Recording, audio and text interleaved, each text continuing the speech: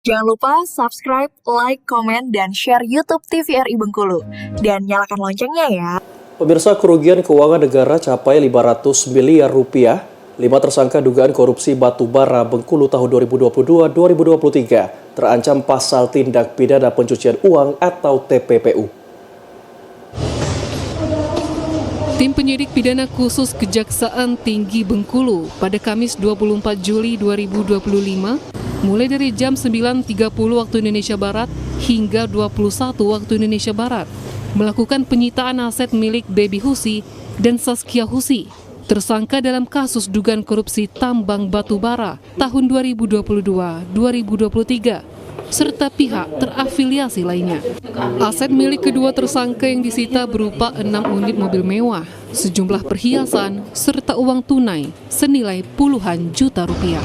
Ketua Tim Penyidikan Dugaan Korupsi Tambang Batubara yang juga asisten pengawas Aswas Kejati Bengkulu, Andri Kurniawan, menegaskan bahwa penyitaan aset akan dilakukan terhadap seluruh tersangka tanpa terkecuali. Sementara itu, untuk penyitaan rumah milik para tersangka, tim penyidik masih menunggu penetapan dari Pengadilan Negeri Bengkulu. Sementara mengingat kerugian keuangan negara dalam dugaan korupsi tambang batubara ini cukup besar, yakni mencapai lebih dari 500 miliar rupiah. Maka dalam upaya pemulihan kerugian negara, kelima tersangka terancam dimiskinkan dengan dijerat pasal tindak pidana pencucian uang TPPU yang saat ini sedang berproses. Ya, yang itu dalam rangka nantinya perkara ini sehingga kami aset-aset yang harus kami sita ini mudah-mudahan nanti bisa untuk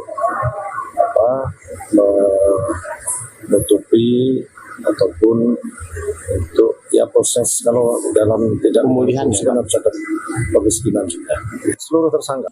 Dalam penyidikan kasus dugaan korupsi tambang batubara tahun 2022-2023, tim penyidik Pitsus Kejati Bengkulu telah menetapkan 5 orang tersangka, yaitu Baby Husi, Komisaris PT Tunas Barajaya, Saskia Husi, General Manager PT Intibara Perdana, anak dari Baby Husi, Julius Soh, Direktur Utama PT Tunas Barajaya, Agusman, bagian pemasaran PT Intibara Perdana, dan Sutarman, Direktur PT Tunas Barajaya.